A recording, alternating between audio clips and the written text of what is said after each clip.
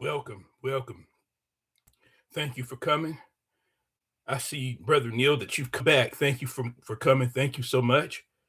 Um, my name is Ezekiel, and I plan to present truth and proof that uh, God's chosen people, the Israelites, are in Africa. Hundreds of millions of them in Africa alone, and particularly, especially in sub-Saharan Africa.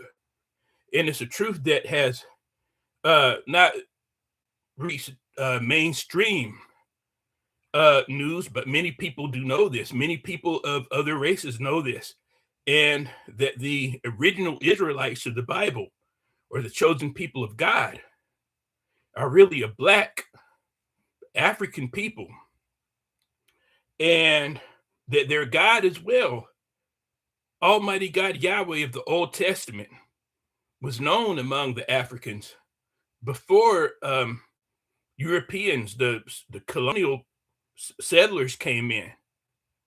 And I have proof of that, that their Almighty God, the supreme being of these Israelites in Africa, is none other than Yahweh of the Bible. It's very important, especially prophetically, to understand this, okay? Because to understand this, okay, to understand the Bibles, especially the Old Testament's true end times prophecies, one must understand who the true children of Israel are. One must understand who the true chosen people are. Okay. Um. Let's see. Neil says, "What does WB mean?" I'm sorry, I don't know what that means. Um. I'm just showing up as upcoming. Okay. Okay. Yes. Please let me know what WB means. But you're welcome here. All right. Now, um, I want to say, particularly, welcome back. Oh, okay, okay, okay. Thank you. Um, which should make sense to me, and it does. So understand this: that the Israelites are not every black person or every black person in Africa. Okay, the true people of Israel are the race known as Negroes, the true Negroes. There's people who have Negroid-like features, such as dark skin and maybe kind of like kinky hair, maybe, but that does not make them true. There is a true race known as Negroes. So those, if you want, for people who are in the United States, perhaps, or people of European countries may be familiar. I don't know how people of all places use this term, but the people who are like in the United States, they used to call our people Negroes. Um, in Spanish, the Spanish people called us negra, and so in other languages there's variations, but so to get this started, I'm going to read a little bit from this book, and it's called Black Jews in Africa and the Americas. Okay, welcome, welcome. And it's written by Professor Tudor Parfit. Okay, I recommend this book strongly. Tudor Parfit is a Cambridge professor, and he studied I mean, one of the best educated in knowing about the history of the Jews and Israelites. And he's also done specials on TV. You may have seen him. Professor Tudor Parfit has done specials about the Lemba people.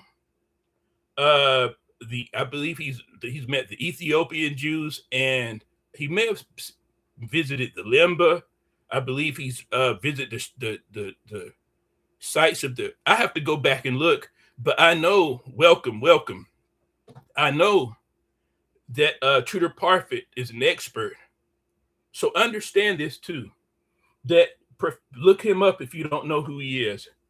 Professor Tudor Parfit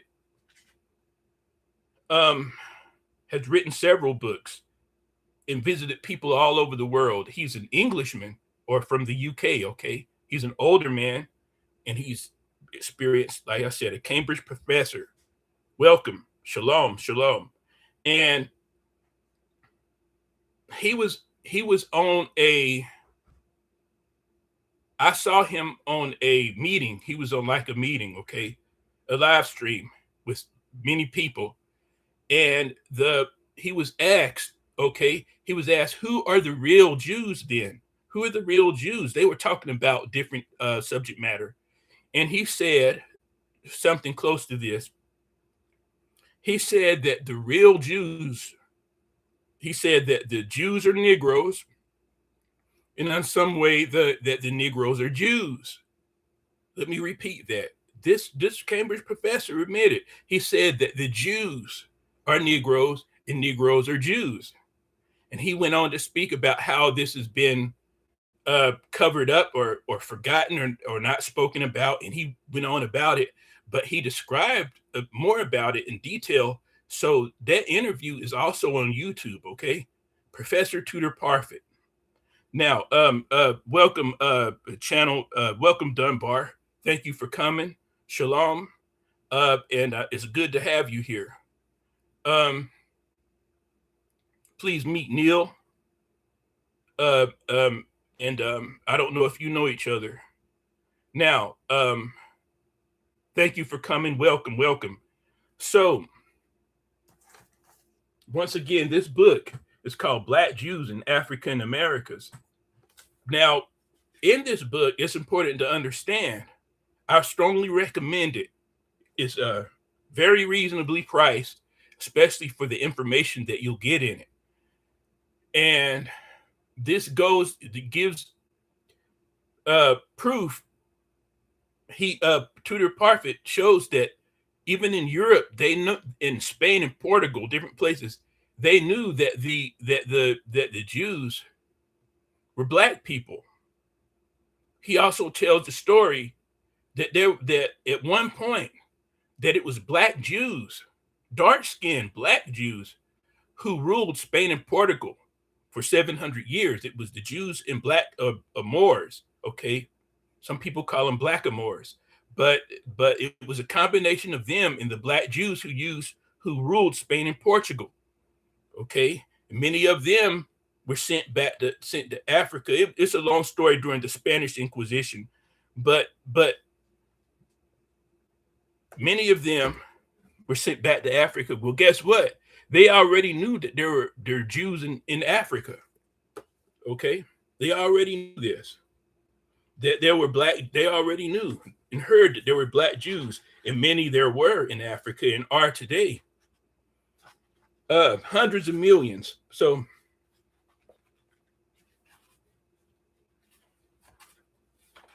and let's see here. It's in the end.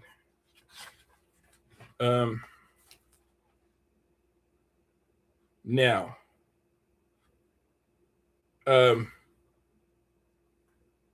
I'm going to show you something.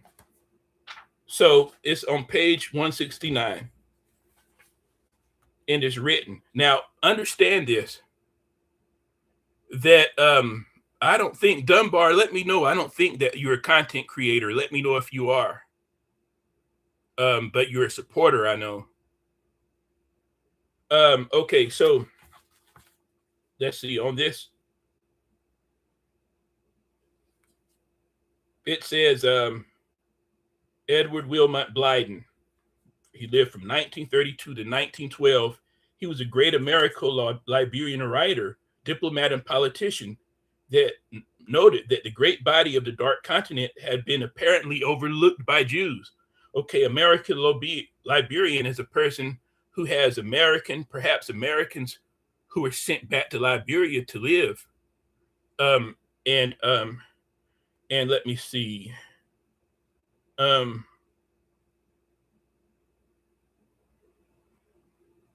Let's go down.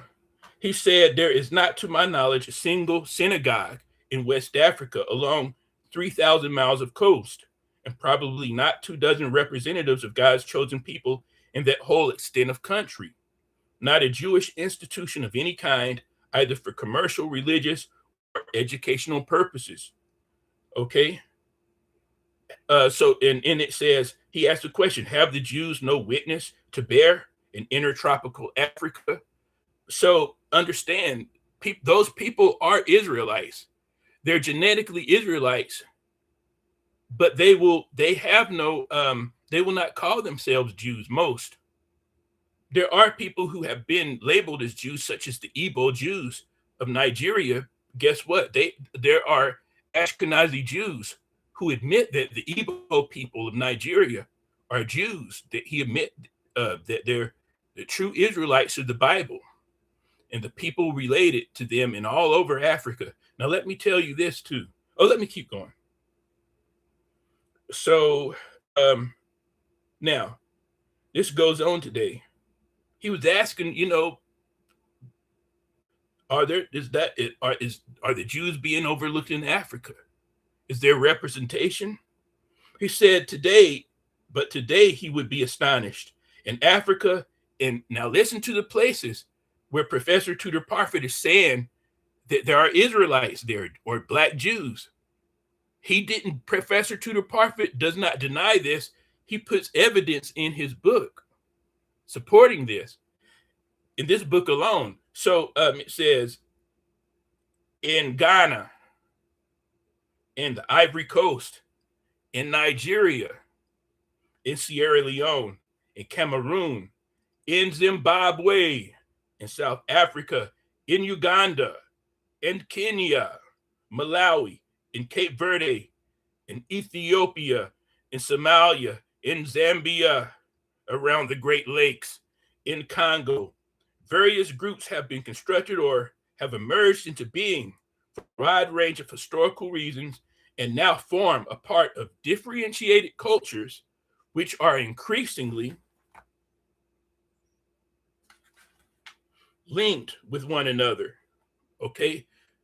And so in the United States, Israel, Africa, and elsewhere, including Papua New Guinea, where there are altogether millions of adherents to some or other aspects of Black Israelism, groups that exist increasingly consider themselves and may be considered by others as a completely legitimate transnational Black Hebrew Israelite community with increasingly strong links with other sections of the Jewish world. So guess what? It's important to look at all these African nations that in the United States and among others that Professor Parfitt mentioned.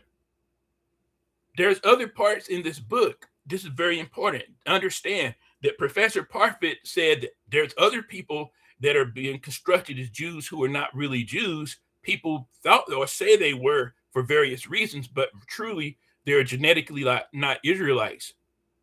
But he's also saying, if this were not true,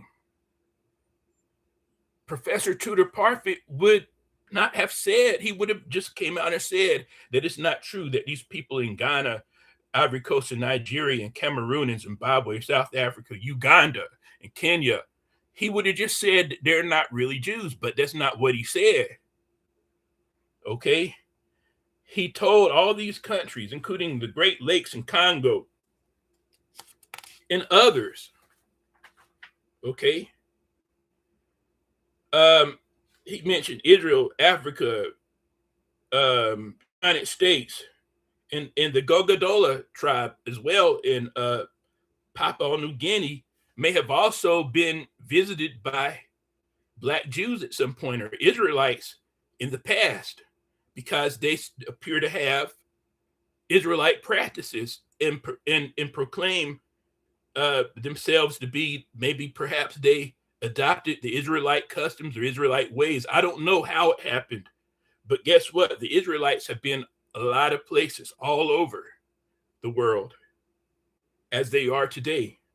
So understand this, that as it mentions that there are millions of adherents to some or other aspects of Black Israelism, he goes on to say they may consider themselves, but may be considered by others as a completely legitimate transnational Black Hebrew Israelite community. He says that they may be considered as completely legitimate.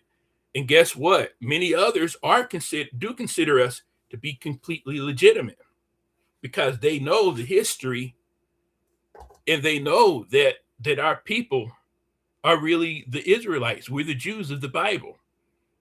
Now, I would like to mention something for people who also go back and look at my videos. Most of them are very short, like 15 minutes or a little more, the vast majority of them. And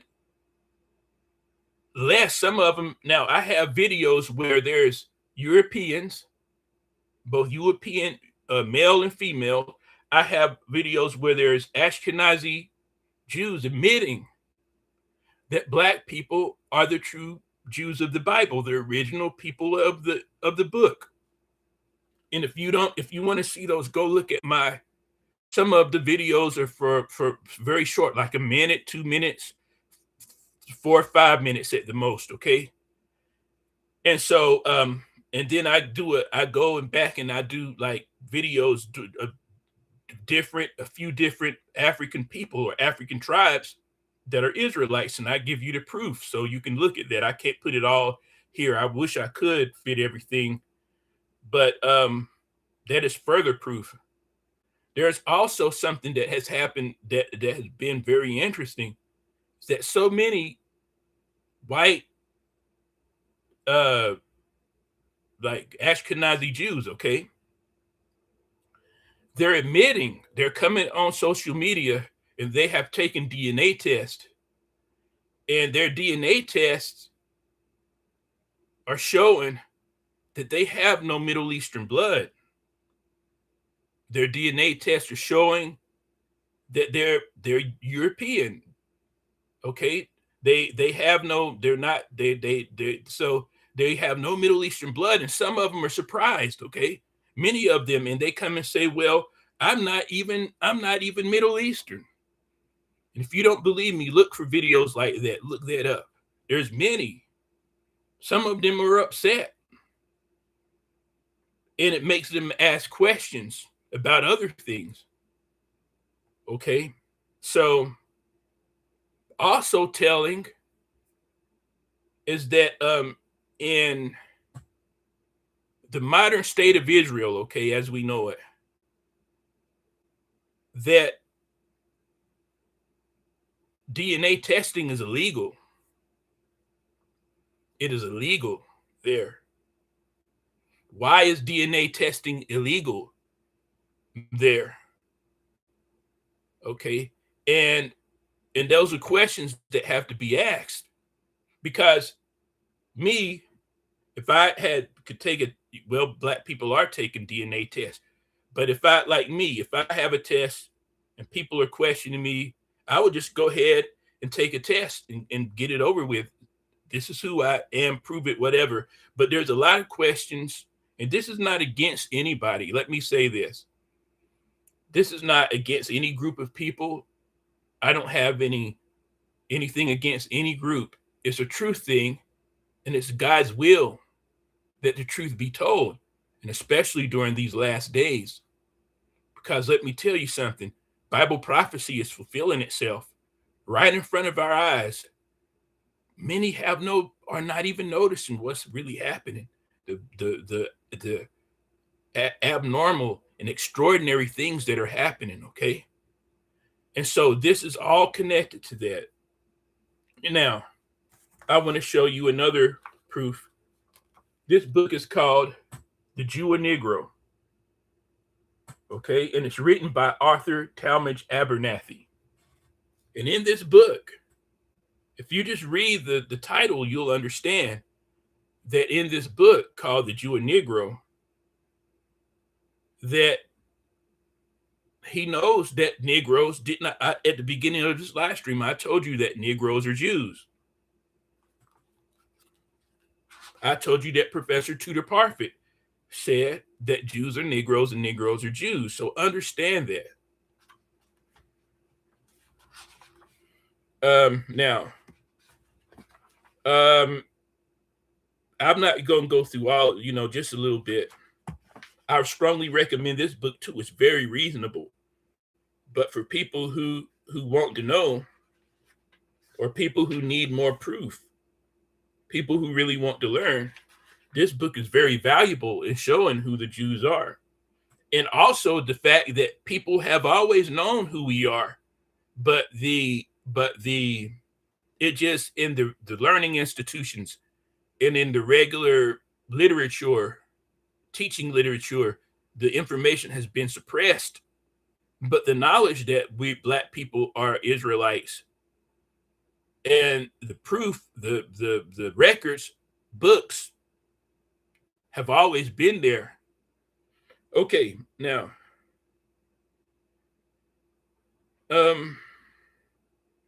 page 10. A little bit here. For those who perceive a difference in the capabilities of the Negro as compared with the Jew, he's talking about really what he's saying is compared with the white Jews or European Jews. He says the author recommends a more extensive study of the conditions of the Negro that may be procured from the observations of the American Negro alone. So what he's saying, you can't just look at us now, of course. You can't look at the American Negro now and look and tell that we are the Jews of the Bible. There's more to be considered. You can't find it by looking at us now. You have to go. You have to take he says the author recommends a more extensive study to find these things out. And if you do an extensive study and you're honest and you see all the information in there, including biblical DNA, if you see the archaeological proof, the anthropological proof, the biblical proof that's in the Bible that we fit exactly what the Bible predicted. Deuteronomy chapter 28 and Leviticus chapter 26 of the Bible speaks of our people being sent into the slave trade and scattered to all the nations of the earth, which happened to our people.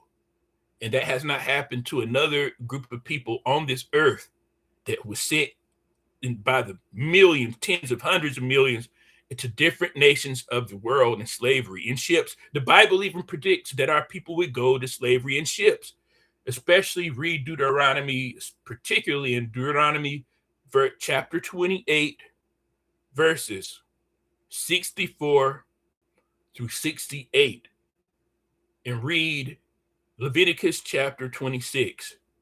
But all Deuteronomy is important to understand this. So now, let's keep going.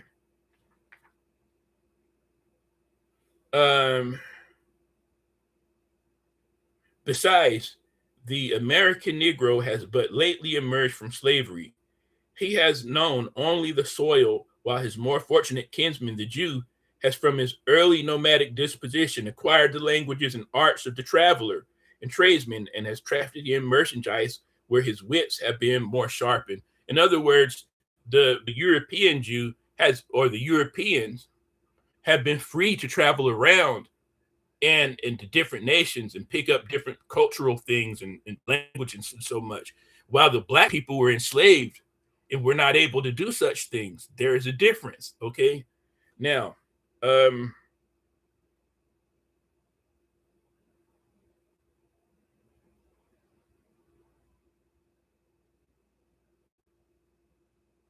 now let's go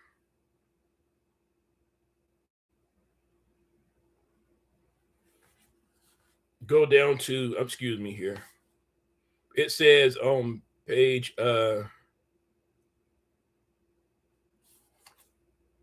now, I don't agree with everything in here, but I do agree that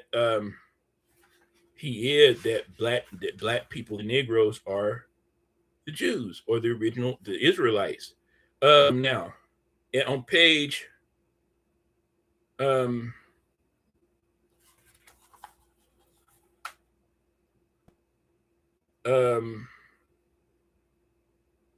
all these, let's see, the original on page 13, the first paragraph, the last sentence, the original Jews, therefore, okay, the original Jews were, therefore, short, dark people of the long-headed type. Dark, okay. And also by what he's saying, our occipital, which is the back of the head back here, okay, is longer than other races. They can look, welcome. So they can look and tell in the back of the head right here where that our people, the Negroes, are a different race than other peoples. Our occipital back here is longer than other races. Also, it is a mistake that people think that there's been people who thought that Black people get wide cheekbones from either Caucasians or Indians, Native Americans. That's wrong. We get Black Americans have wide cheekbones because the people in Africa that we came from have wide cheekbones. The Black people there, I'm pretty sure those of you who've seen Black people in Africa notice very clearly that they have large cheekbones, most of them. It's a trait, physical trait, and also broad jaws, like broad square jaws. Those are Black traits of the Israelites. Okay, now let's see here. Hello, Chandra. Welcome. Good morning. Thank you for coming. I don't know if you know Neil here, but I don't know. Please let me know. If you haven't connected, you can connect. Let me know if you know each other. Okay, and so now let me show you this on page 14. This is very important, what I'm about to tell you. Page 14 of this book. The bottom last sentence, it says, or the last paragraph, it would be better to say that the Negro descended from the ancient Jewish type or Mediterranean race. Okay, it is hardly correct ethnically to reverse the sentence. Listen to what he says again. It would be better to say that the Negro, Black people like me, descended from the ancient Jewish type or Mediterranean race. If you read the Bible, it tells us that Father Abraham came from the Middle East, from the Mediterranean area. And so our people, really, the Negro race known as Negroes, are really not an African people as far as our origin. We're a Middle Eastern people who migrated to Africa over many hundreds and thousands of years from the Middle East and Israel and through different parts of Africa, all the way to West Africa and all the way to East Africa, Central Africa, South Africa, Southeast Africa, and Southwest Africa. Those areas are mainly inhabited by Bantu people and Nilotes.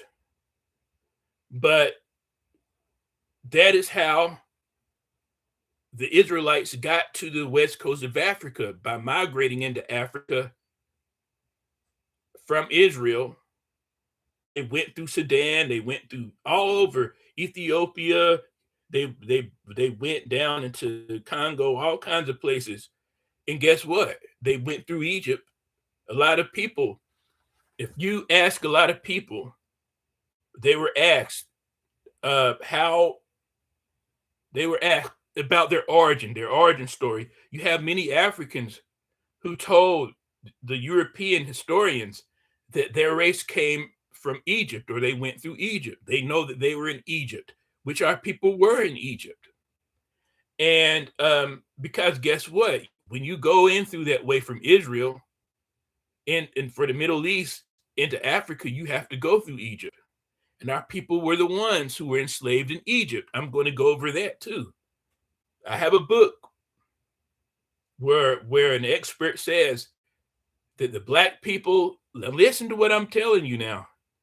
He says that the black people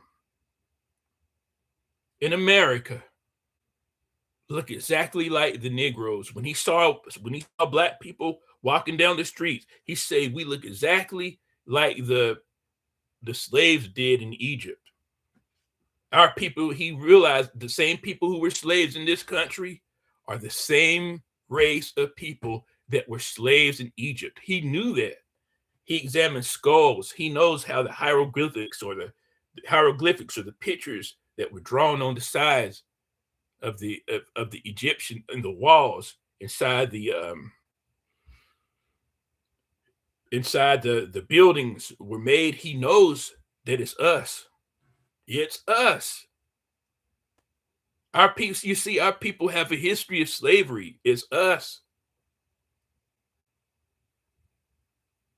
So much slavery and oppression, but that's going to end. Okay? It's the Negroes. Also realize when you see movies like the Ten Commandments, that is false. People created those movies not just for entertainment. Realize this, that people who created those movies created them to brainwash people and to fool people into believing that Egypt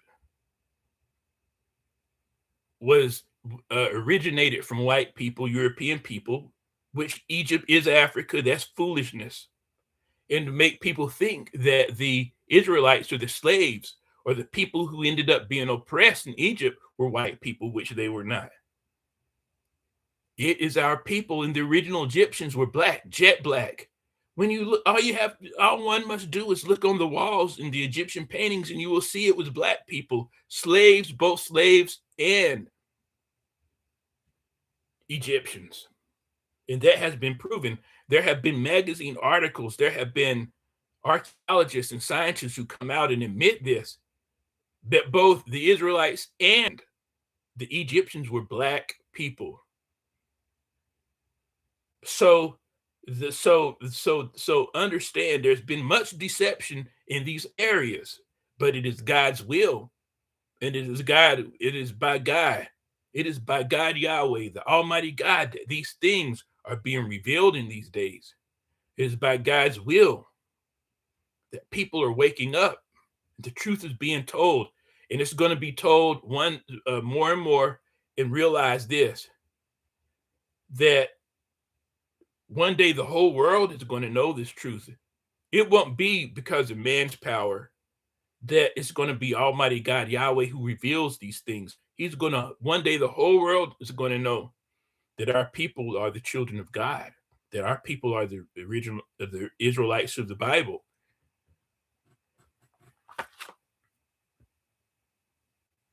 Let me say this too. For people who are here who may be of other races, and especially if you're Caucasian or white or any other race, I'm not saying that God does not have blessings for your people. He does. If you read the end time scripture, there are going to be people from many nations who even go back with the Israelites. When our people are gathered back from the nations that we were scattered, there are going to be people from all nations and tongues.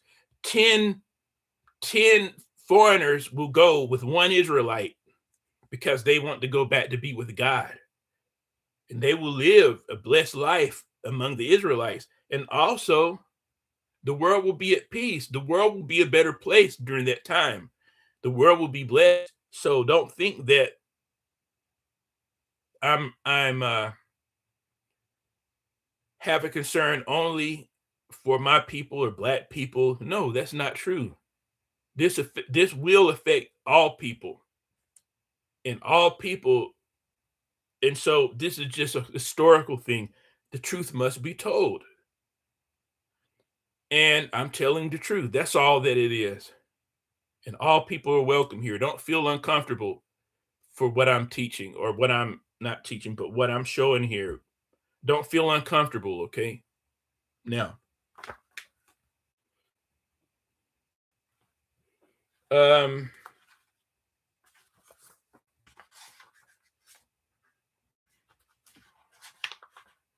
there's a little bit more, but you know what I'm going to do? I'm not going to continue even in more. I'll go over this book a little bit more in another time, but it's a great book. So, um, now a lot of people, there's something else that they don't realize. Oh, let me show you something else. Wait a minute, what was my original? Oh, okay. So yeah, let me get back because I'm going in a direction here. I'm sorry. So Africa, when I first heard that there were Jews, black Jews in Africa, and that our people were Jews or Israelites, I didn't believe it. But then somebody presented something to me again. But by that time, some things have happened in my life that made me open to the question. Okay, an awakening had already begun that God had caused to happen. And so when I found out, I started looking. Then I started realizing that all these people that I'm looking at, they have the same beliefs in God, basically, in the supreme being. Their languages are similar, their cultures are similar. And I started realizing before I knew officially, I said, it's different tribes, but many of these people I'm looking at that are related to the Israelites that they said were Jews, they're all over Africa. And it's not just one or two tribes here or there. And then, but now it's even more. Now the truth is now that I know in many people that the vast majority of people in sub-Saharan Africa alone are um are Jews or Israelites. Um so now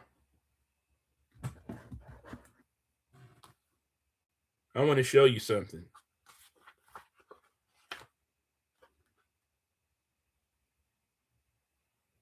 Okay, this book is called, there are many books, but this book is a very readable and is very easily understandable book called The Hebrew Heritage of Black Africa, written by European Jew Stephen Jacobs.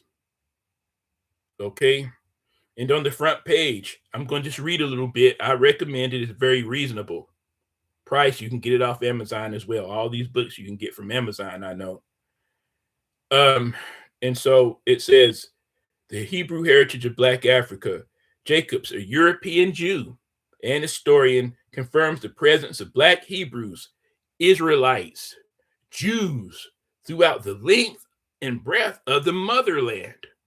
Centuries ago and now, what is he saying is the motherland? The motherland is Africa. Okay. Welcome, Sister Joyce. Thank you for coming. Good morning.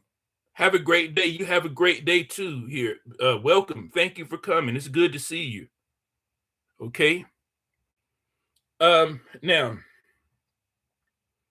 I don't know. Do you know? Let me know if you know.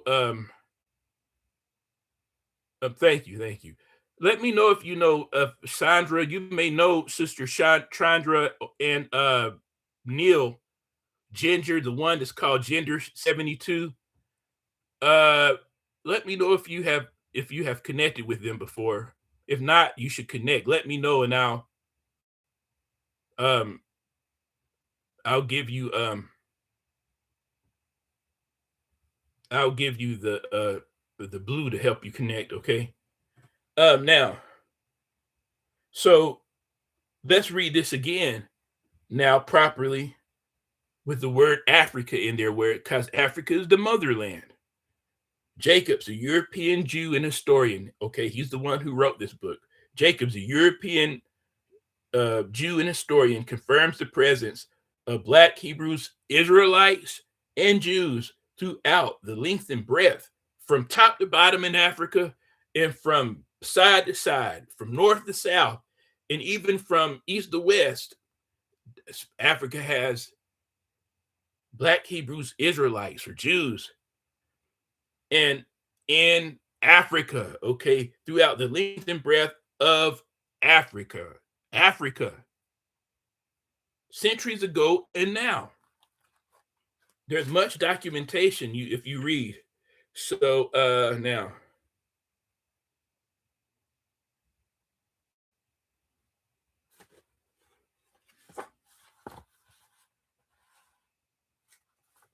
in the foreword here, this is just for people. I won't go over this long. This is just for people who don't know. Stephen S. Jacobs, a European Jew, has beyond the shadow of a doubt fully documented in this book the Hebrew heritage of Black Africa, that the Hebrews, Israelites, Jews of biblical times were of the Black race and lived on the African and Asian, Middle East region continents of the world. All right. So the African and Asian, Middle East regions, our people have been and are from the Middle East and Africa. Okay. And this book is a must read for people of all races and belief systems, for it satisfies the need to dispel the lies which have enveloped the minds of the masses into believing that the white European Jews are the original people of the book and the chosen people of God expressed throughout the Bible. More and more white Jews, especially the older ones, are acknowledging in secret to those of us who already know that the original Jews were Black. Now, this is important to understand. He's saying original, more and more white Jews, especially the older ones, are acknowledging in secret. They're secretly talking about this. They're admitting to those of us who already know it says. They talk about this. They know that the original Jews were Black. They know it, but most are not going to tell it. They know it, but they're not going to come and tell Black people. They're not going to go in, then they keep it a secret. Okay? Most, the vast majority. But this is telling that a European man admits that his people, and the older ones especially, that they're saying in secret, they're admitting in secret that the original Jews were Black. And that's not anything wrong with the truth. For a long time, the truth has, for a great deal, been suppressed, mostly, and it's time for it to come out. It's Bible prophecy for these things to come out. And God's going to bring these things out before the end so people will know the truth. So people will have a choice, okay? Because when you're not presented with the truth, you don't really have a fair choice in the matter. You just believe what you're told. Okay. Now, some of these Hebraic people are descendants of the originals. Most of these Hebraic people, it's most of us. Let me tell you something. DNA shows that all our people's DNA is about the same. Those who were sent to the slave trade, we are Israelites. We come from the Israelite people. It is undeniable. Okay. And thousands more have returned to the worship of Almighty God of their forefathers. Who's the God of the Israelites? The God of Abraham, the God of Isaac, and the God of Jacob, after having been forced in times past to embrace the other religions through foreign colonization. Understand this, that the people, when we read in the Bible, that the God of Abraham, okay, Father Abraham that we read about, was a Black man. He was a Negro with kinky hair, dark Black. And then Isaac was a Black man, an Israelite. Jacob, that we read about in the Bible, was a Black man of the Negro race like me. Maybe darker, maybe with more even African features, since they were not mixed then. And so, like our people in America have a certain percentage, even Africa, many have a certain percentage of European ancestry because The European men were there. Our people were taken into slavery, so they slept with the women. But the rest of our DNA still, what I'm saying is, some of us are lighter, some of us are dark brown, so dark that we're almost black. Some of us, like in Senegal, for perhaps, or Gambia, dark places. There's other people who's dark all out throughout Africa. Some of us are more reddish brown, like me. Some of us are more a lighter tawny type brown, yellowish brown, different shades, but we're all the same people. Okay, now also understand Moses, people who we love, like in the movie Ten Commandments, did not look like Charlton Heston, who played the part of Moses in the movie. That is false. Moses was also a black man. The writers of the Bible, those that we loved, the mighty King David, was a black man. He looks like a lot of people in Africa, the race known as Negroes, will look in Africa now. And the wise King Solomon that people read about in the Bible and know and love was a black man of my race. And Daniel, the prophet, and you know, the mighty warriors of King David, Aaron, the priest. You know, I'm trying to think of so many names, it's hard to remember them all. But you understand what I'm saying, that with this truth coming out, there has to be a transition of the mind for people who want the truth and be truthful. And even for black people, it's very difficult for some people, not all, but it's a change, it's a shock into realizing that the people who you always thought was white have really been black people, the patriarchs and matriarchs of the Bible.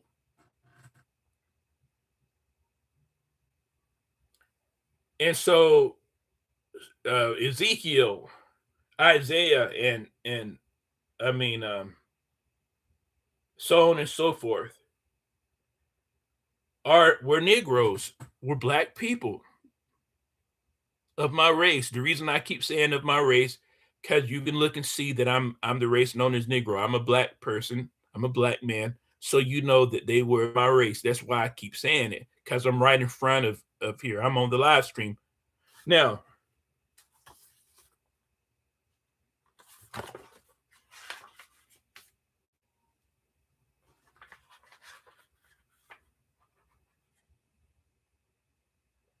let's go on. 1 second here.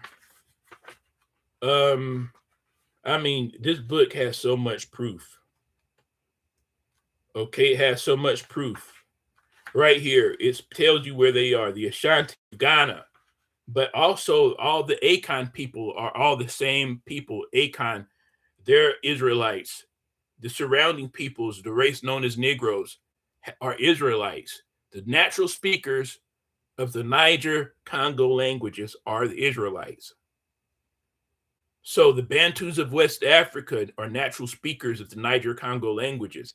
There's different branches, and that's what the different tribes or different people speaking. They're not speaking a whole different, each tribe speaking a whole separate different language.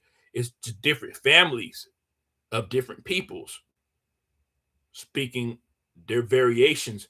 And so also understand that in Bantu Africa, such as Kenya and Uganda and Tanzania and like South Africa and Zimbabwe and Congo, Angola, Malawi, all those areas, that they are called Bantus or the Bantu people. But there's no genetic difference. There's no DNA difference between them and the West Africans. It's just that the Bantu speak the Bantu classification of languages. The Bantu is not a different separate person from West Africa. It's just the Bantu speak their own in their own language category, which may be quite different. But some words may be about the same though.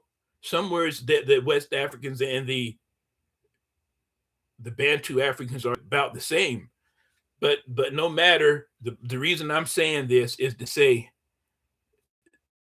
to show that these people are Israelites. When you look here, let's look. Ghana, it speaks of. I'll go over this, the Ashanti people. Because here's this author, let me show you something else.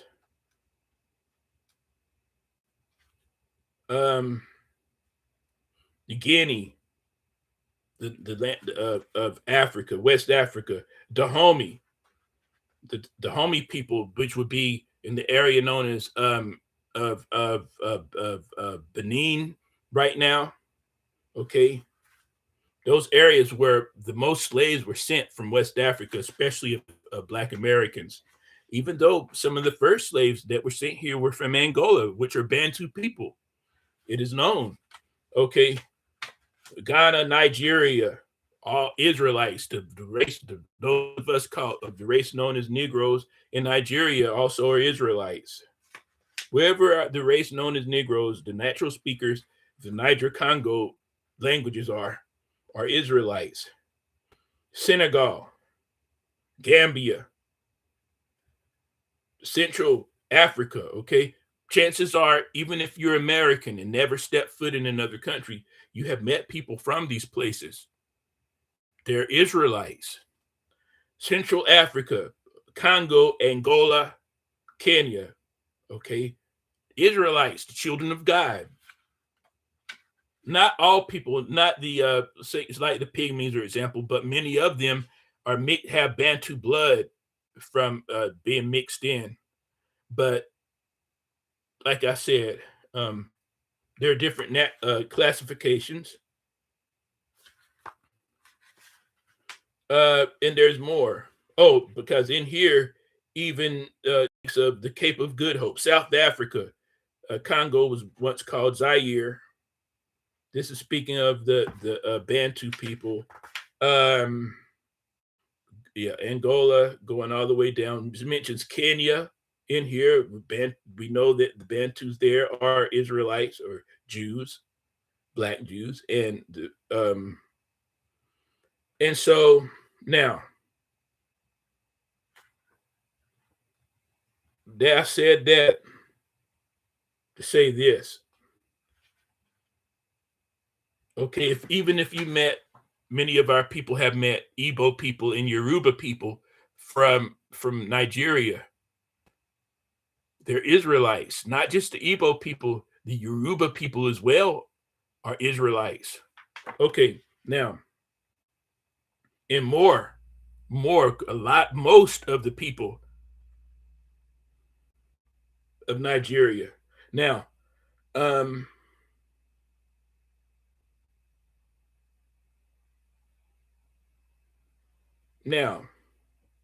yeah, this is good. So,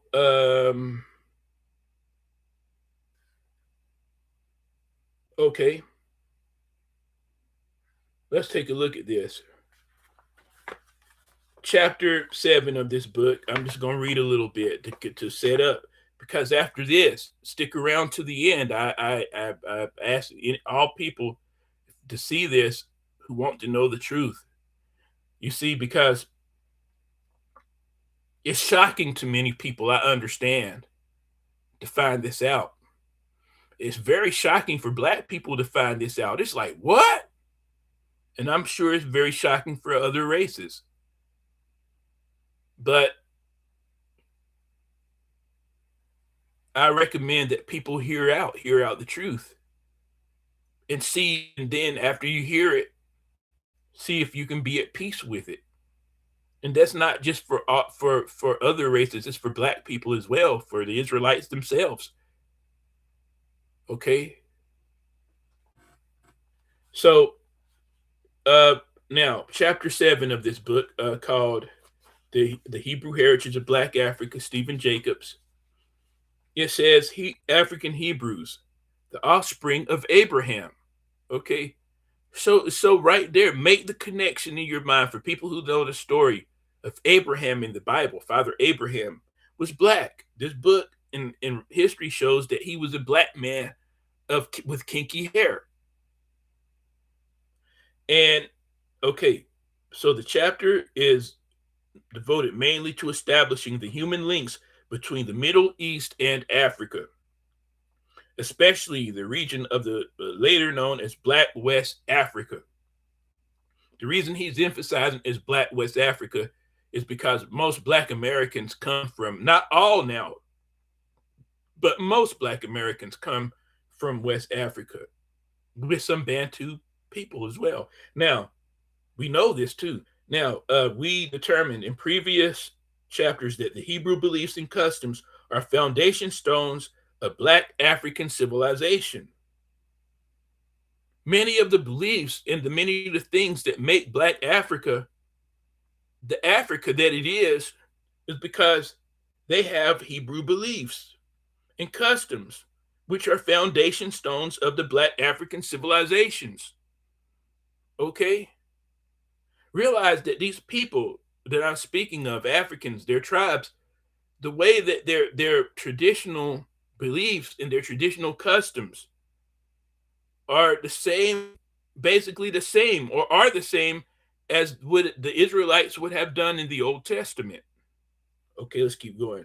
We also saw how the migrations tended to move from east to west.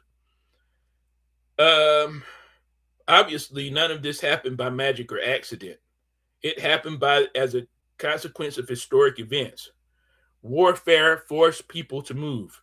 Droughts and floods had their effect upon people depending on the soil for their survival.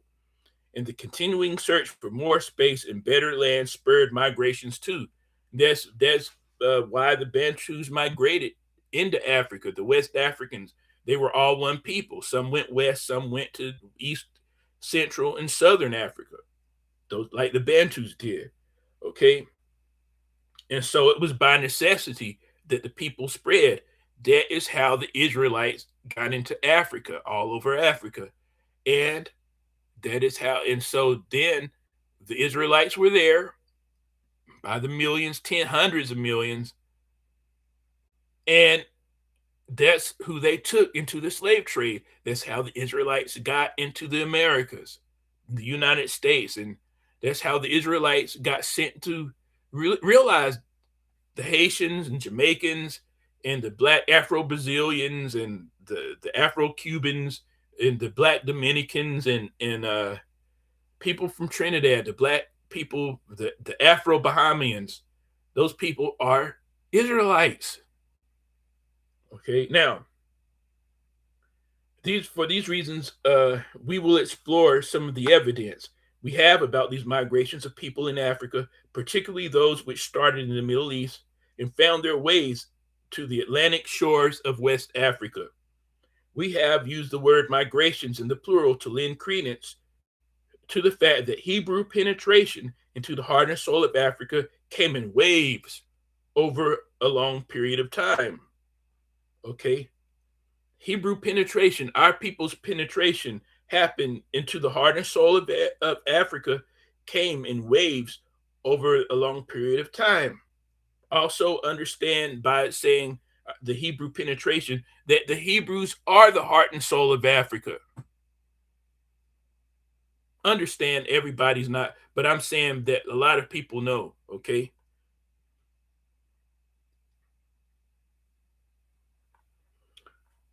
At best, we must arbitrarily divide these overlapping movements for the sake of historical convenience. It is impossible and certainly impractical in any event to deal with each and every surge of migration from the Middle East into Africa. We lack the necessary records in the first instance, okay? Oh, something else I want to say. These migrations of the Hebrews into Africa are known extensively by others, especially in the West. They're known as the Bantu migrations. For people who don't know what they are, look up the Bantu expansion or the Bantu migrations. The Bantu migrations are the migrations or the expansion of the Jews, the Hebrews, or Israelites. The Bantu migrations are the Israelite expansion into Africa. So for people to help people who may not who need help with that, instead of calling them the Bantu migrations, then who we know that the Bantus had several migrations, call it the Hebrew expansions, or the Hebrew migrations, or call the Bantu migrations Black Jew migrations. That's correct. Call the Bantu expansions the Israelite expansions, and then you will see that the the Bantu expansions are really the Israelites, the children of God that migrated through Africa. Okay, that's important to understand. The Bantu of the Bantu migrations are the children of God that went through Africa and are there now. Sharon Washington, 1300. Peace, brother Ezekiel. I just picked up my phone and see you are on. I never get notifications because who I am and what I say per revelations from the Most High. I believe that what you're saying is very valid, very possible. But guess what? You're welcome now. I'm glad that you're here. And I'm sorry that that happens. It may be happening with other people too, but the guess what? If you want to, you're welcome to go back and look at the replay. But I'm sorry that you but welcome here now, okay? Welcome, welcome. Now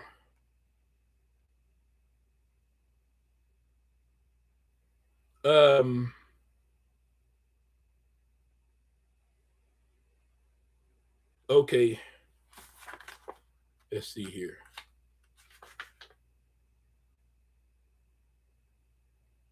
Okay, now it says it is impossible and certainly impractical in any event to deal with each and every surge of migration from the Middle East into Africa.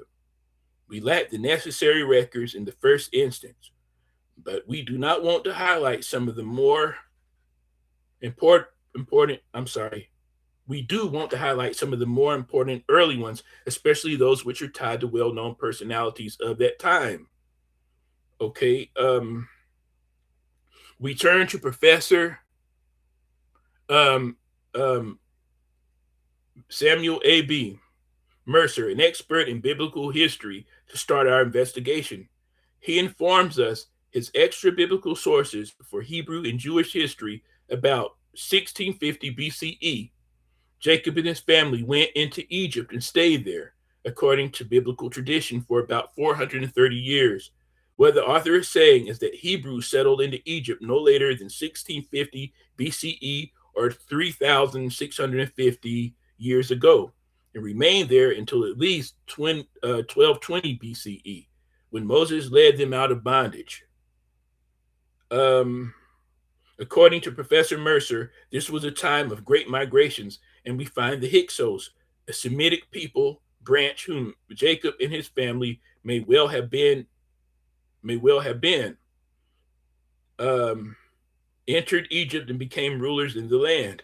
In support of his conclusion that the Semites once ruled Egypt, Mercer observes that the scarabs of the Hyksos rulers gave his name Jacob Er, or Jacob El, the latter name a common Hebrew appellation meaning God of Jacob. And that may explain, thank you for the likes, welcome, welcome.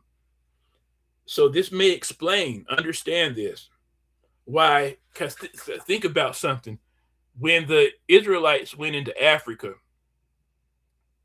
into Egypt, when they first went into Egypt, they were shown great favor from the Pharaoh who was ruling at that time.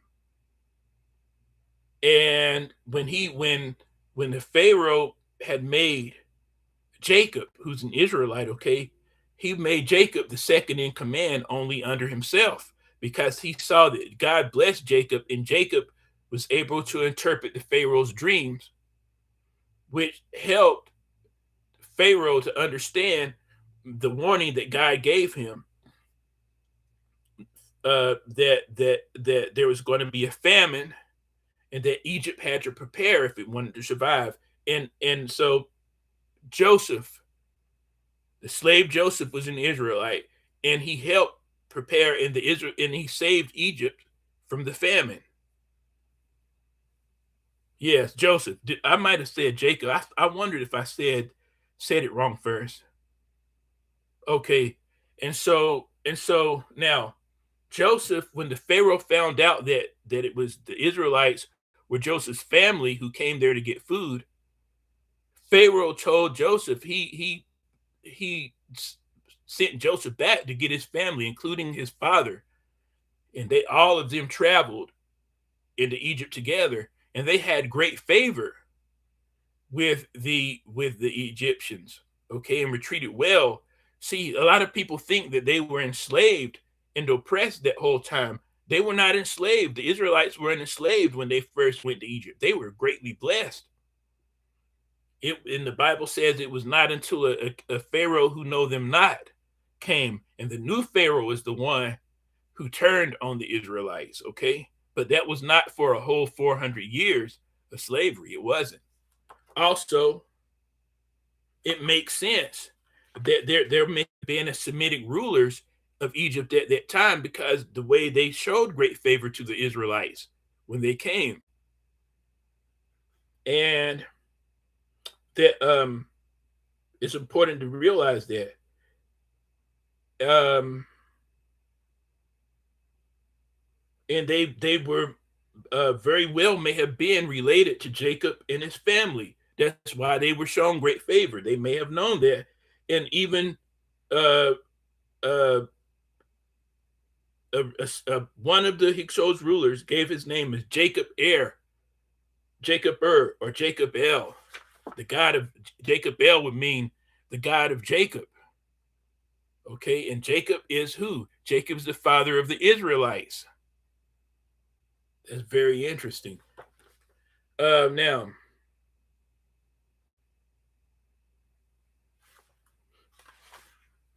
I don't want to make this too long.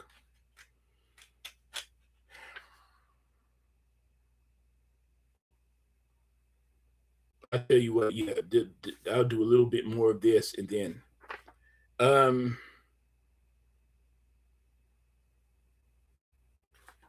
okay, Dr. Henry, Dr.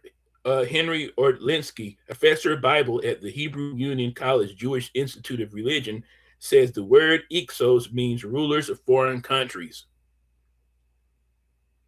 To the ancient Egyptians, that meant people who came from the Middle East across the Nile River. This view is shared by most historians.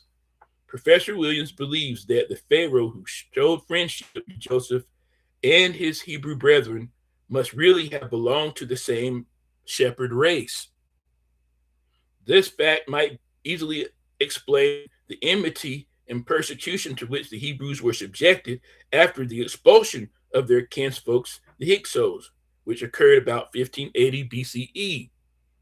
So when the Hyksos were had their expulsion from ruling Egypt, the Egyptians came back at them, and so that's why there was probably such an anger at the Israelites. Okay, now in summary, then we find that the Hebrews reached Africa no later. Now listen.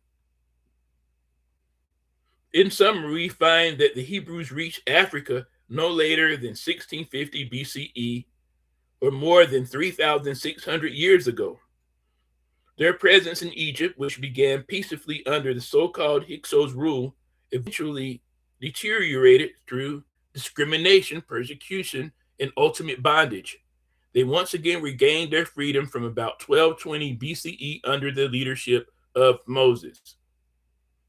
Okay, now,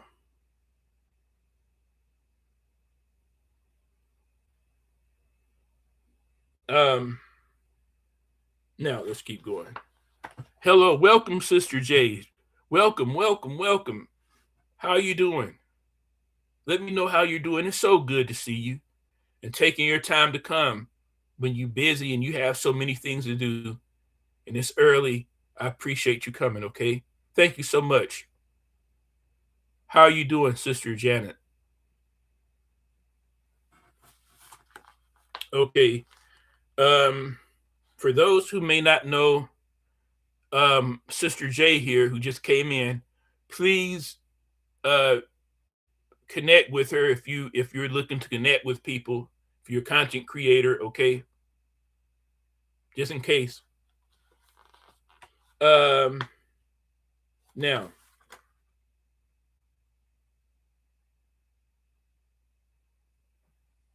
so here we have the most important thing that I want to emphasize here is that what this part it says the in summary we find that the Hebrews reached where? The Hebrews reached Africa.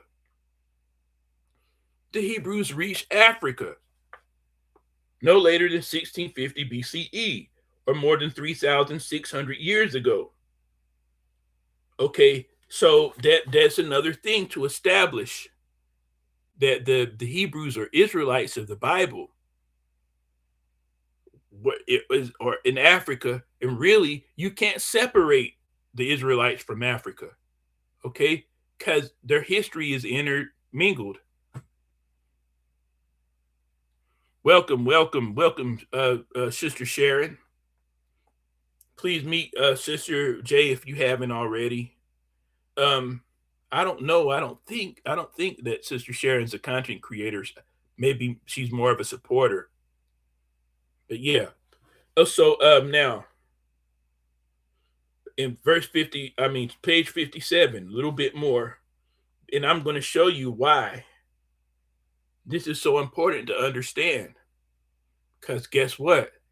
Even in this chat, you have you have the chosen people of God, Israelite, in this chat.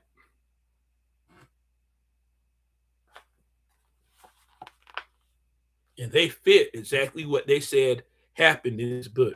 Okay, now it is clear, however, that not everyone left Egypt with Moses, contrary to our popular opinion, or contrary to popular opinion.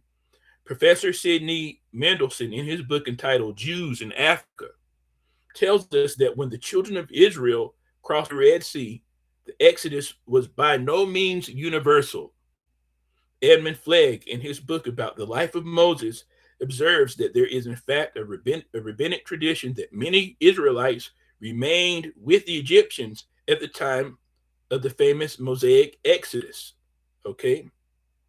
Now, it's important to remember what I see is even the title of this book by Professor Mendelson. The name of this book is Jews in Africa. Jews in Africa.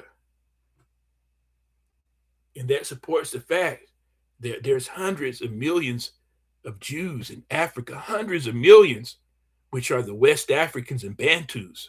Those are the true Israelites. Those are the children of God from the Bible. Mhm. Yes, yes, yes. Thank you, thank you. So now it's true. And God is calling, waking up our people, calling our people back. Yes, He's letting our people know. It's not every day one wakes up and realizes that they're the children of God, is it? It's a shock to most of us. We didn't know, but now we know.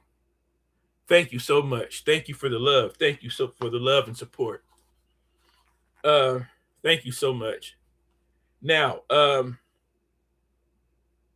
let me see. What okay, Edmund Fleck, in his book about the life of Moses, observes that there is, in fact, a rabbinic tradition that many Israelites remained with at the time of the famous Mosaic Exodus. What happened to those Israelites who remained in Egypt, or more generally in West Africa? I'm sorry, in Africa, after the Exodus northward into the wilderness of Sinai, led by Moses? The answer seems twofold. For first, many remained in Egypt, as Mendelssohn and Flegg tell us. Others migrated south and westward into the heart of Africa, as Williams and other scholars says. And right now, there are people in Africa, West Africa, who believe that they went deeper into Africa from this time, from when the from when the Jews, the other black Jews, left Egypt with Moses, or the other Israelites. Some stayed behind and some went further down into Africa then. So the Israelites understand the time of Israelites being in Africa is a long one. It's nothing new. Okay. Israelite understand that the black Jews, or the children of God's bloodline in Africa, are mixed into Africa as one. There is no separating the history of Africa from that of the children of God. And that is for real. And so now, Edward D. Morrell, in his Affairs of West Africa, informs us that the Fulani and related West Africans are the lineal descendants of the Hyksos and other related Hebrew migrants. Williams says the gradual migration of the Israelites is perhaps the simplest, if not the only plausible explanation for finding Black Hebrew culture in West Africa and in the Bantu country in the southern half of the continent. Let me read that again. This is right here is the meat. This is the substance. This is the value. This is the treasure of what I'm trying to prove, and what this live stream is about. Listen very closely.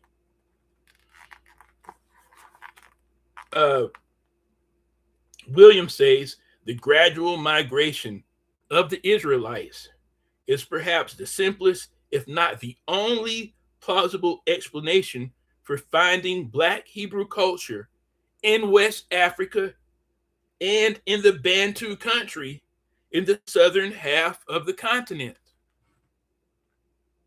That is how. It is the migration of the Israelites. The Bantu migration into Africa is the migration of the Israelites. Also realize that this is further saying, as I said before, that the West Africans and the Bantu people are the same race, just different language classifications. They are all Israelites, all the children of God, hundreds of millions of children of God right now in Africa, and many of us in other places, but it still doesn't change who we are. Okay?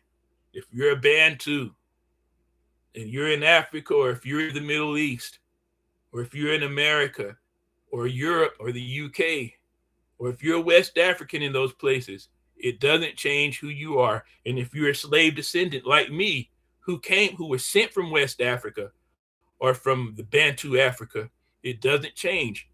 We are the Israelites, and nothing changes that. We are the children of God.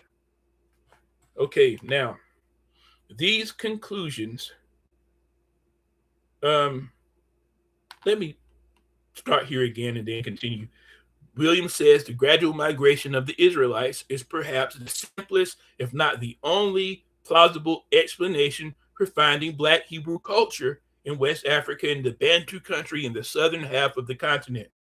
These conclusions, in turn, are affirmed by the fact that scholars report that the ancestors of the Fulani, Ashanti, Ewe, Yoruba, Bantu, and other ethnic groups traveled from the very same migration routes. So here is the proof in the pudding. The proof. These conclusions, in turn, are affirmed by the fact scholars report. Scholars, not just somebody who doesn't know what they're talking about. Scholars, people who studied in school, people who are studied people, knowledgeable people, perhaps experts in their field, say they report that the Fulani, Ashanti, Ewe, Yoruba, West Africans, and Bantu Africans traveled the very same migration routes. So there's not really a difference black people thinks there is in West African and Bantu people, because I've looked at the migration routes that in the DNA, also DNA traced, and some Bantu people went to West Africa first before they went deeper into Bantu Africa. Yes. And some Bantus went into Bantu Africa, went back to West Africa. There's been a lot of crossing in Africa. People, the footsteps have been all across Africa, thousands of miles back and forth. But you have some Bantus who went to the east, straight down to the east. Some went down to the south. In other words, it has been proven that everywhere that the Israelites went, every country they went through, you had some that stayed and moved, that stayed in that country, and then you had some that continued and went to other countries. That's how it happened. You're welcome, Sister J. You're very welcome. Sister Sharon says, Brother Ezekiel, you have an excellent spirit. You are very humble as the Most High requires. Thank you very much. You know, I appreciate that. I really do. I appreciate you guys, the positive. It's only by God's power. I want to tell you something. For me to be sitting here in this chair, I want for me to be sitting here in this chair require God's Holy Spirit and Him protecting me through many things that I never thought that I would ever go through in my life. But through that, I found out about the power of the God. I found out about the power of Almighty Yahweh, and that He's real. And it's through the hardships that I've undergone that I understand the true power of God, and I will not turn back. I will not turn back to, and I will go forward with this. And I do feel humbled by God to be sitting here and to be able to talk to you, my family, and others. All people are welcome too. It's been a long road, but I believe God already knew I was born for this. God already knew. I see that now through the hardships and through the mistakes. God already knew He was going to call me. And anyway, so I'm sorry, I didn't mean to go into that. Sister Sharon, the Fulanis are not allowing our people right now in Nigeria. Yes, they are. Yes, they are. But I haven't done one lately. I'm going to do one. I'm glad you brought them up. Let me write Fulanis down.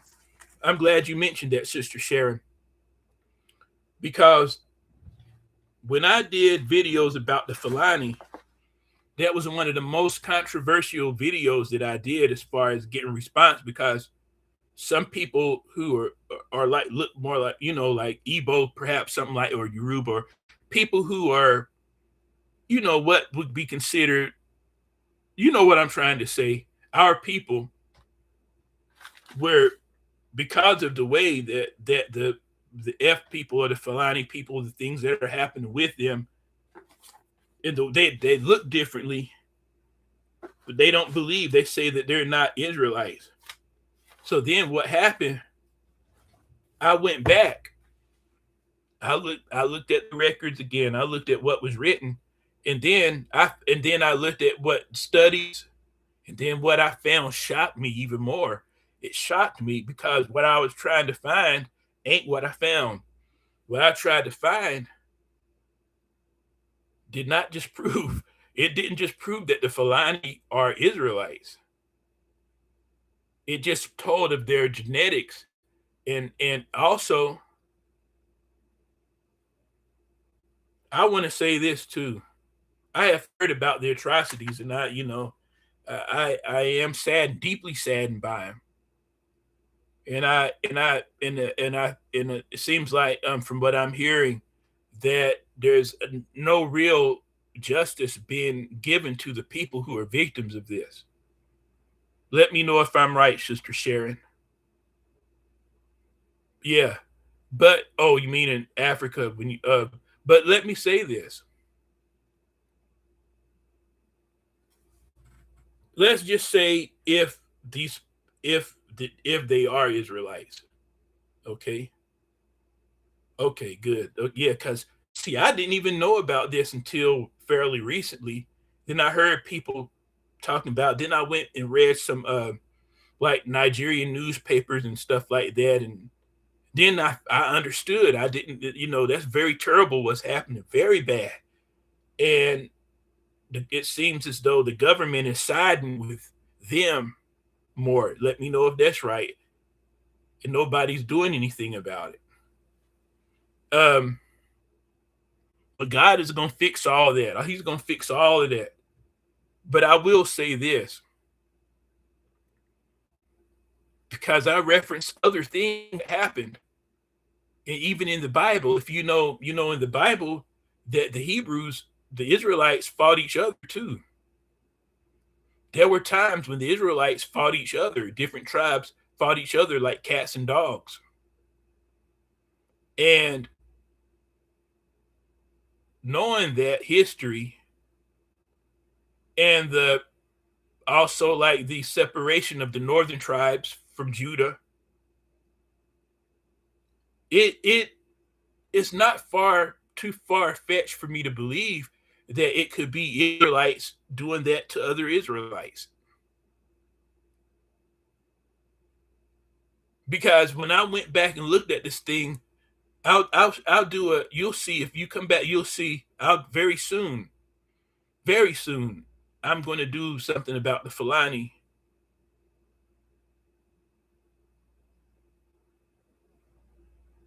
We'll take a look at that.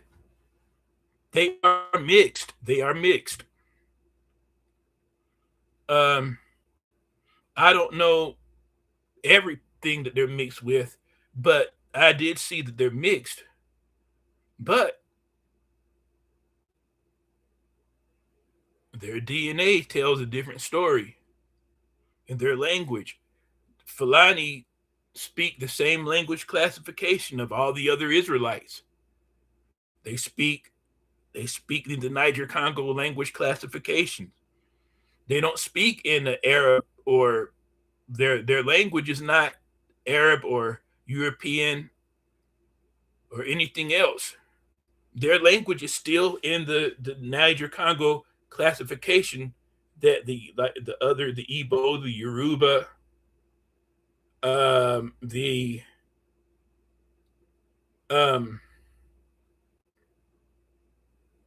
the other people, Ashanti, going across to Kenya, the Kikuyu, or the Luya, or the Baganda, or the Gusi people, Bagusi, I think it's Bagusi, the Gusi people, the Bankole, they have the same language classification, the Fulani. And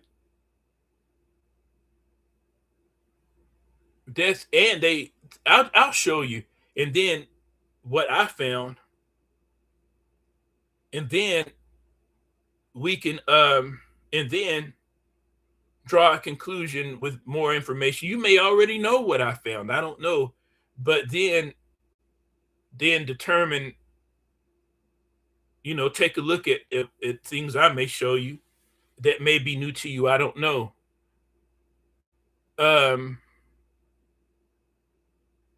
But it's not hard for me to believe, but when you look at their bloodline, it still doesn't change their origin. Yes, the problem, they have been our ancestors of West Africa forever. They wrote used to capture us for the Europeans. Yeah, probably so. I mean, but however, whatever the truth is, there's going to be a time for accounting for that, and there's going to be time of punishment. Yeah, there's it, because God, if they're not Israelites, God is going to punish them. And if they are Israelites, God is going to punish them. You see? But, I'm just like any of our other enemies.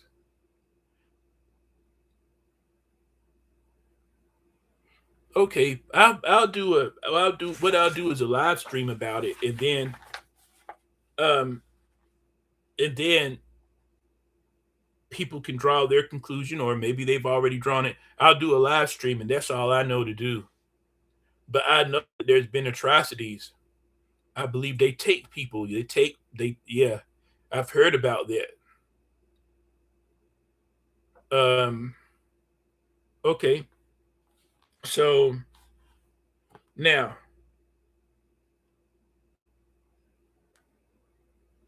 where did I stop at? Okay, another important period of Israelite migration into Africa was climaxed during the reign of King Solomon, whose rule ended about 975 BCE, or some 500 years before the Mosaic, after the Mosaic Exodus. It was during the reign of Solomon that the Israelite influence was greatly extended as a result of his numerous marital and political alliances in Ethiopia, the Sudan, and other and neighboring lands.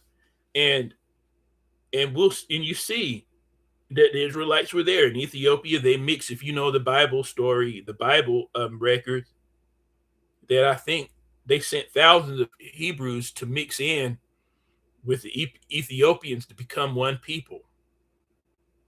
With the ones who did, not all, but the ones who, and so some people now claim a lineage from that, the Ethiopian Jews.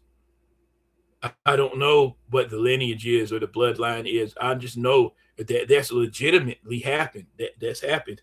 And the Sudan, so many of our people wrote that they come from Sudan. They have a history. Guess what? They did. They did go through Sudan. Many of them stayed there, but many of our people kept going. But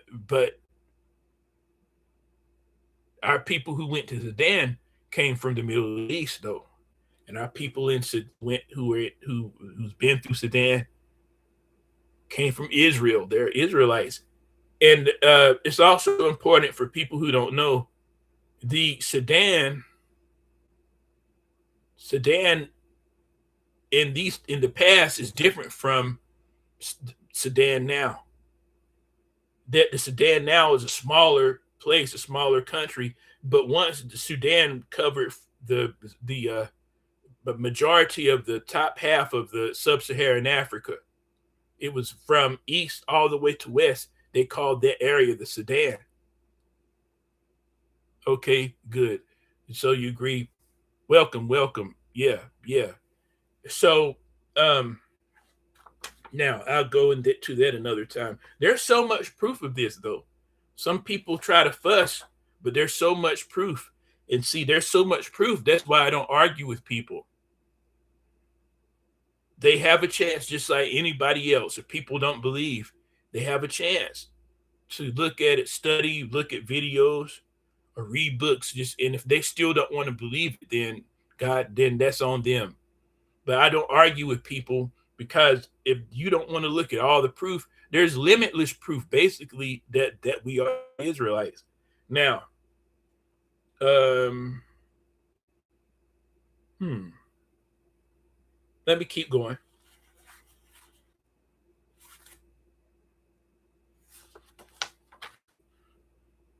Although some historians differ in different particulars, the Ethiopians believe themselves descendants from the earlier inhabitants of the ancient kingdom established by Solomon and the Queen of Sheba. In part, their son Bena Lechem, or Menelik, as he is also called.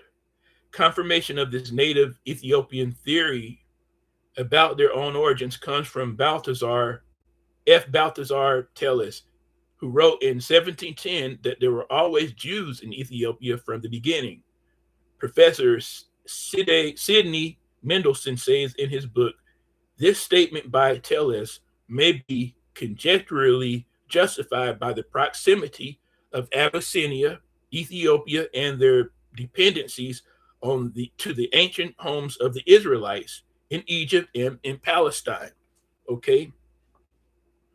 In fact, Sir Walter Plowden, British Consul General to the Ethiopia in 1868, maintains two things are certain: that at a far later period after Solomon, 6 sovereigns of pure Hebrew stock and Jewish faith reigned at Gondor, Ethiopia.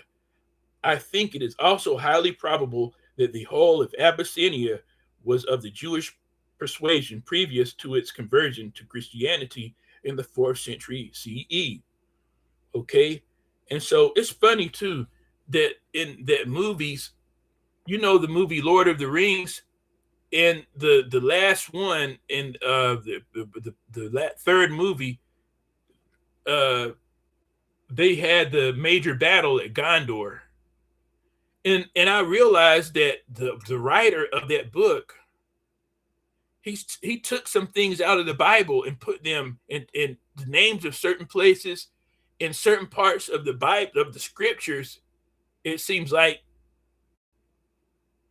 he may have put into the either the book or into the movie, the writing of the movie. People who don't know the Bible or know about this history, they won't know it. Isn't that amazing? That people are putting things right in our sight that most people will not even know. Sister Sharon says, they say Solomon and Queen of Sheba's descendants are the only ones that are us. The Most High don't accept us mixing with anyone. We end up in captivity every time. Yeah, mixing it really gets us in trouble, doesn't it? It's hard-headed Israelites. It was hard for them, I guess, to see those beautiful ladies and from the other countries, and they mix with them. Let's see, the Queen of Solomon, the Queen of Sheba's descendants are the only ones that are, yeah, because one thing that you have some people that agree that there are Ethiopian Jews now, but are they? Are they taking to a history that may not be theirs, that maybe was someone else's? Also, the question becomes, there's another question: who's really of the lineage and who is not? So I don't know. Certain things I don't know. I have seen where a prominent scholar does not believe that they are the Jews or the Israelites, the ancient Israelites. They don't believe that. He doesn't believe it. That they may have in the last few hundred years. I'll go over that. But I'm just putting this out here, the evidence. I don't know everything. Whether or not there are legitimate descendants now of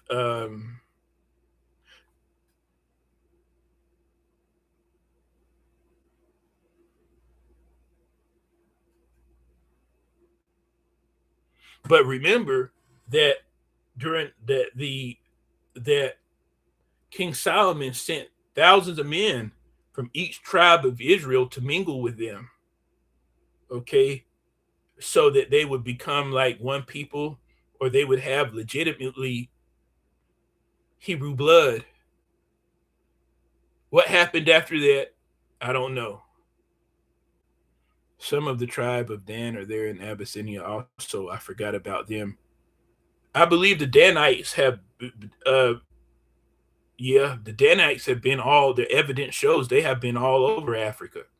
Yeah, the Danites, yeah. So it wouldn't surprise me.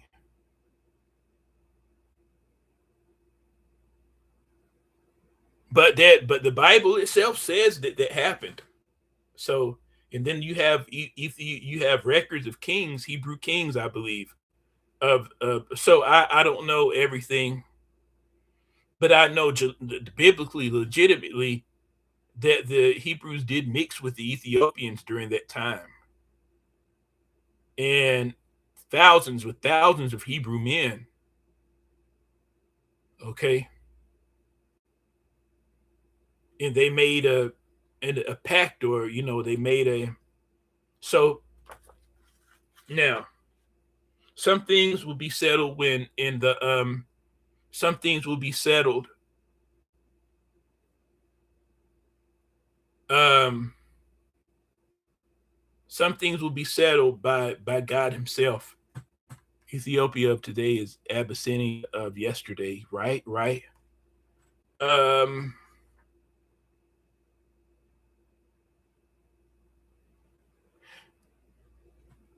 there is one thing that I questioned, but maybe I shouldn't. But no, I'm gonna leave that alone. I'll leave that alone. That's for another time. I'll leave it alone. I'll leave that alone. Okay, so I'm not going to keep it going too much longer. Let's move on. So,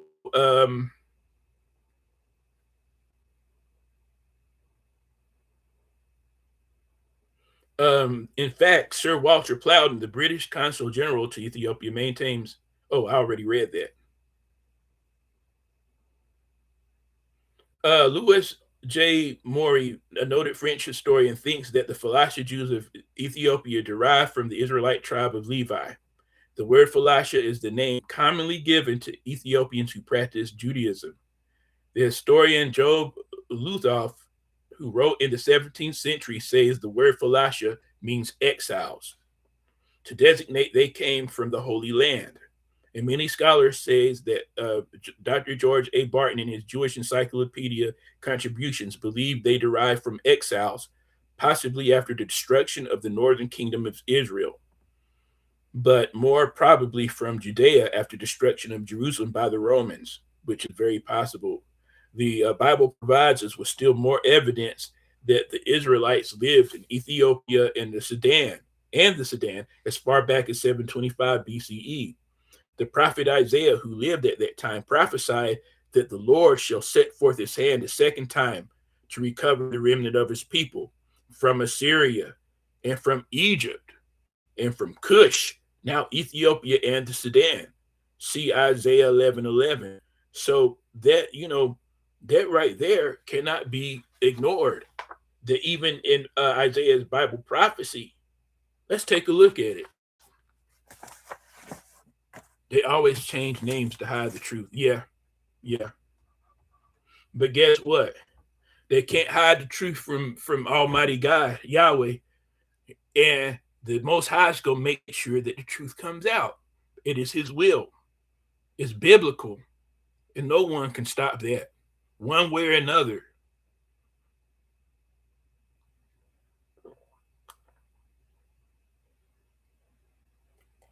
Mm. Thank God for coffee. Now, um, oh, I was looking up Isaiah 11:11. Let's take a look at this.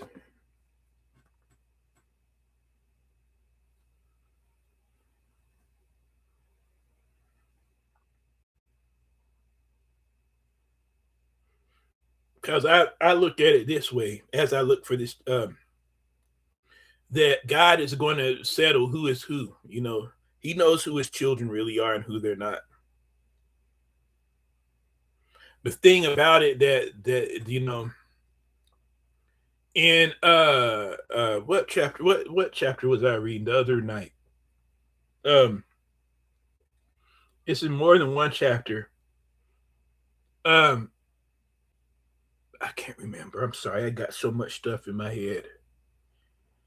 But the Bible says that in the end times it would be the other nations that would be in Israel. It would be the nations who take it. Our people would be living in exile in other lands, scattered all over the earth.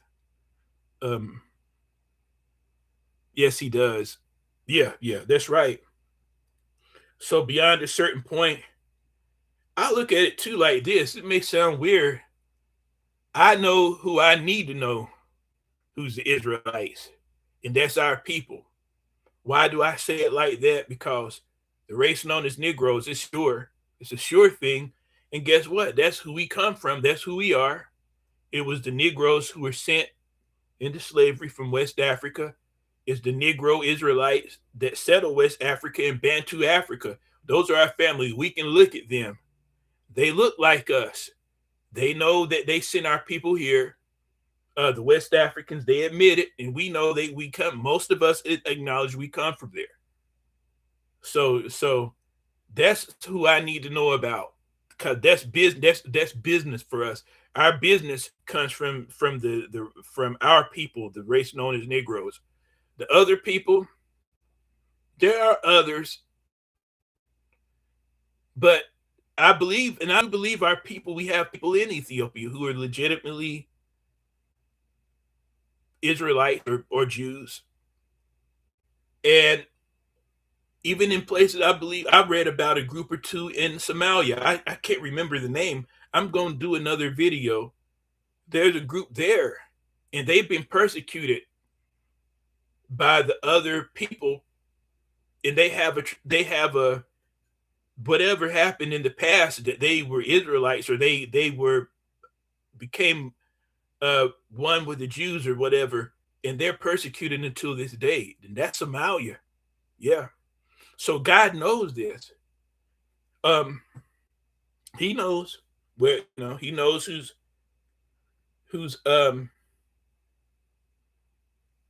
he knows who's telling the truth and who's telling whoppers.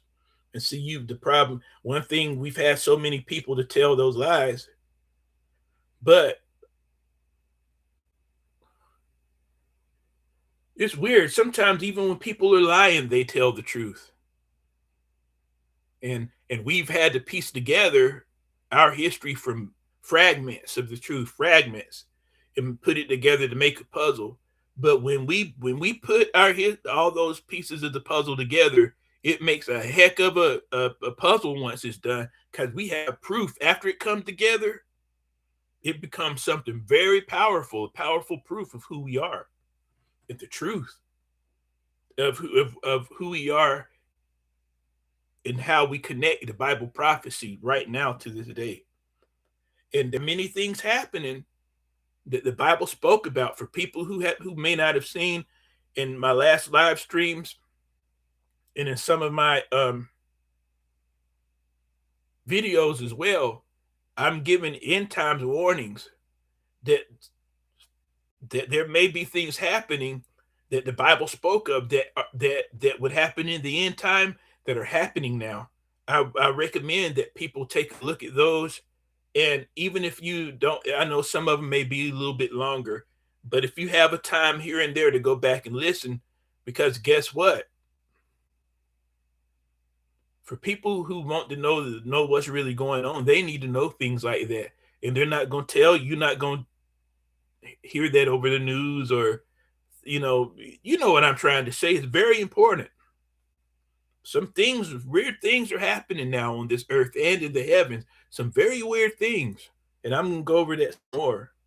Shocking things. Are they warning signs from God? Time will tell. Time will tell. Isaiah chapter 11, World English Bible.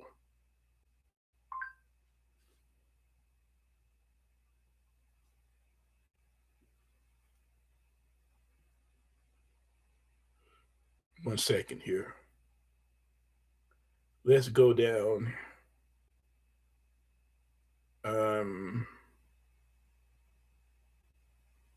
To verse. Oh yeah, this is nice in times. Ooh, yeah, that's nice. Okay, so anyway, Isaiah 11, chapter 11, verse 11. It will happen in that day that the Lord, wait a minute. Yeah, that's right. Sorry about that. It will happen, Isaiah 11, chapter 11, verse 11. It will happen in that day that the Lord will set his hand again, the second time, to recover that is left of his people from Assyria, from Egypt, from Pathros, from Cush, from Elam, and from Shinar, from Hamath, and from the islands of the sea. He will set up a banner for the nations and will assemble the outcasts of Israel and gather together the dispersed of Judah from the four corners of the earth. That's us, y'all. That's us. What did I miss here? Come back now. Come back. I'm going to be looking for you, Brother Neil. Now, Sister Sharon says, Brother, a lot is happening. Yes, it is. I'll go over that. I'm going to do another video tomorrow or either later on early this morning. I may save it. Let's see. Good night. Okay. Yeah. I mean, the fireballs in the sky,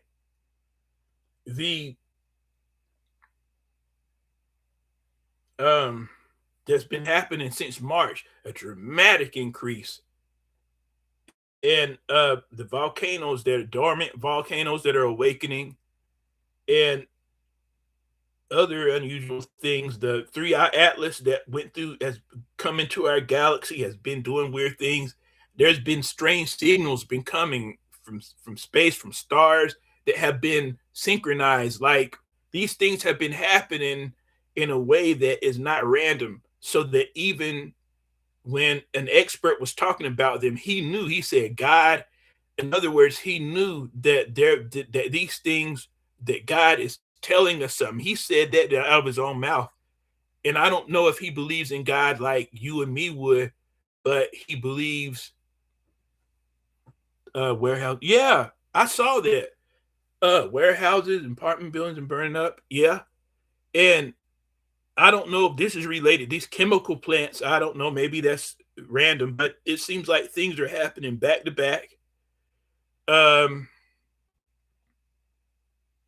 But I mean, I could presume as weird things are happening. Like, when I read the news, it's like, wow.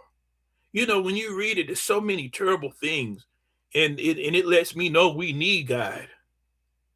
For those who are wise are going to want God to return. The wicked, they don't want God to come back. They love it the way that it is. They're evil. They get to do wicked stuff, and they feel like they can get away with it forever. They don't want God to come back.